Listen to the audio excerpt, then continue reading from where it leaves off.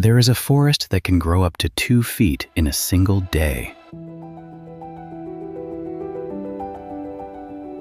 Giant kelp rising through the water, building itself into a canopy where almost no one ever sees it.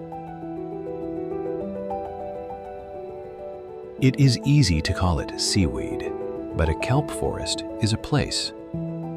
It provides food and shelter for an extraordinary diversity of marine life. Fish shelter in it. Herring lay their eggs along its fronds. Whole lives happen inside a forest like this. And a forest like this can disappear.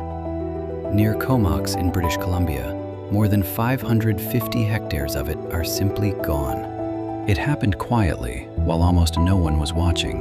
The water just went still. But kelp forests can be restored.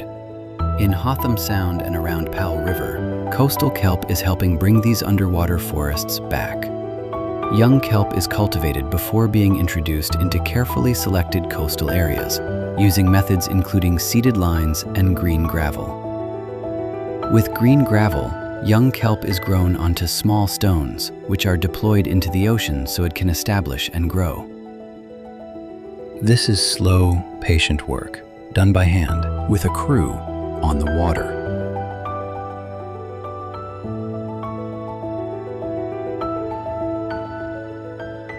Every 10,000 kelp planted creates 20 workdays for local community members. Real days, real people.